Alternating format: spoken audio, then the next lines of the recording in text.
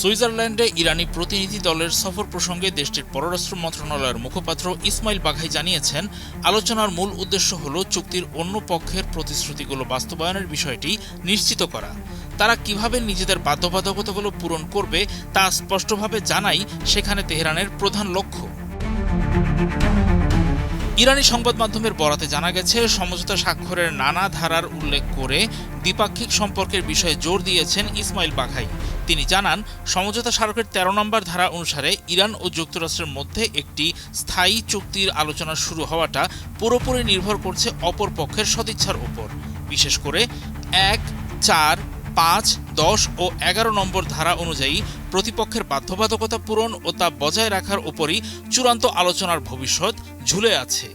মূলত অপরপক্ষের অসহযোগিতার কারণেই এই শর্তগুলো এখনো অপূরণীয় রয়ে গেছে, আর সেই অচল অবস্থা কাটাতেই এই সুইজারল্যান্ড সফর। ইরানি মুখপাত্র আরও উল্লেখ করেন, ওই সমঝোতা স্মারকের সবচেয়ে গুরুত্বপূর্ণ অংশ হল প্রথম ধারাটি।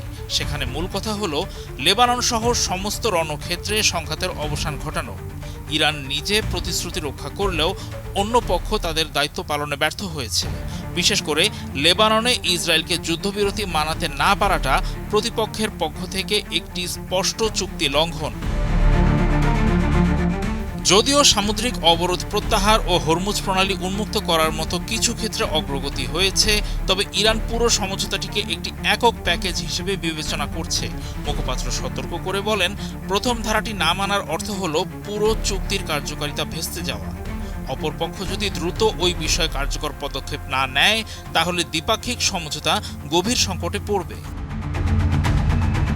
ইসমাইল বাঘাই বলেছেন, ইরান মাঠে নিজেদের শক্তিমত্তা ও অভ্যন্তরীণ ঐক্যের প্রমাণ দিয়েই সমঝোতা স্মারকে সই করেছিল। তাই কোনো ধরনের নিশ্চয়তা ছাড়া শুধু কাগজে কলমে প্রতিশ্রুতিতে ইরান বিশ্বাসী নয়।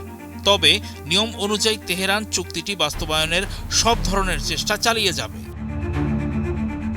ইরানের পররাষ্ট্রনীতির স্পষ্ট অবস্থানের কথা পুনর্ব্যক্ত করে ইসমাইল বাঘাই বলেন, তেহরানের নীতি হল প্রতিশ্রুতির বিপরীতে প্রতিশ্রুতি এবং কাজের বিপরীতে কাজ। এই চুক্তির স্থায়িত্ব সম্পূর্ণভাবে অন্য পক্ষের আচরণের উপর নির্ভর করছে। প্রতিপক্ষ যদি প্রতিশ্রুতি পূরণে পিছপা হয় বা কোনো চক্রান্ত করে, তবে ইরানও তার কৌশলগত শক্তি ব্যবহার করে মোক্ষম ও চূড়ান্ত জবাব দিতে দ্বিধা করবে না।